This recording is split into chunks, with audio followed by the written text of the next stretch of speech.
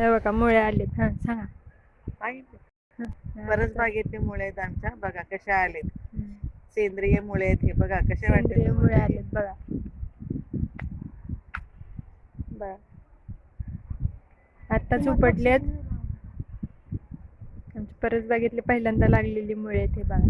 आता परवा मेथी, कोथिंबीर, पालक काढला होता, तुम्हाला दाखवलंय. आता इथे परत लावलंय आम्ही.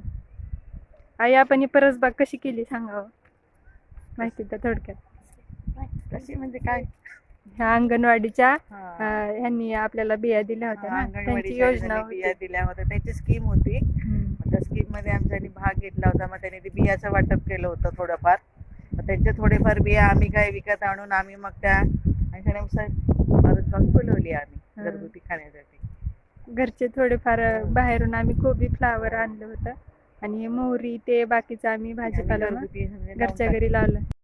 त्याला काय टाकली? काय नाही टाकले. काय काहीच नाही. नाही. फक्त गांडूळ खत वगैरे बाकी काय नाही. त्यांनी सुरुवातीला थोडंसं गांडूळ खत दिलं होतं, परत आम्ही बाहेरून आणून गांडूळ खत टाकलं त्याला.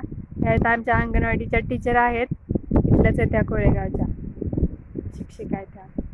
बघा कसे वाटले चला कसे तुम्हाला? वाटले मुळे बघा, सांगा कमेंट आम्हाला. करून नक्की सांगा. चला.